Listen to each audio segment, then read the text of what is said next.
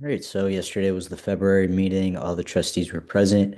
They talked about there's a called meeting on the 2026 bond, and then they just discussed CPM 2.1. They moved the superintendent's report to next month because the meeting was going a little long.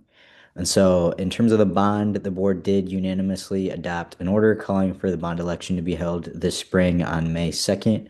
Um, Here are all the propositions and their dollar amounts. The total amount of the bond is $6.2 billion dollars. It is a requiring a 1 cent tax rate increase. But that translates to about $33 a year for the average home of like $500,000. And then for homeowners over the age of 65, there'll be no impact on their tax rate. And then here are the new schools proposed. There are 26 in total. And then constraint progress measure 2.1 just measures teacher retention. So the district's goal is to meet or exceed the retention rate of Region 10. The district said that they met this constraint. They're about 2.5 points higher than Region 10.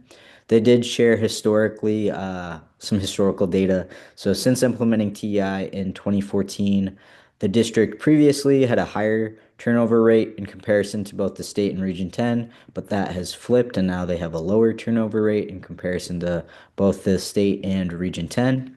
And then they also shared data on proficient one and higher teachers, so the bands for TEI. Basically, at proficient one or above, teachers are retained at an even higher rate, above 90%. So the district is also retaining more effective teachers, and they attribute that to the TEI model specifically.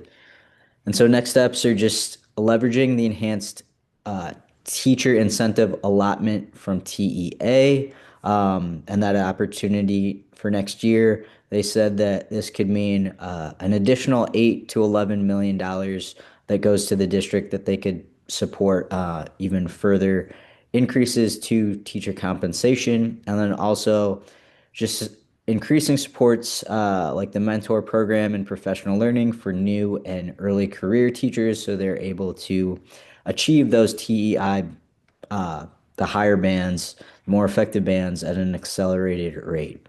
So there wasn't that much in terms of presentation because there was a lot of talk about the bond, but that was it. We'll see you next month.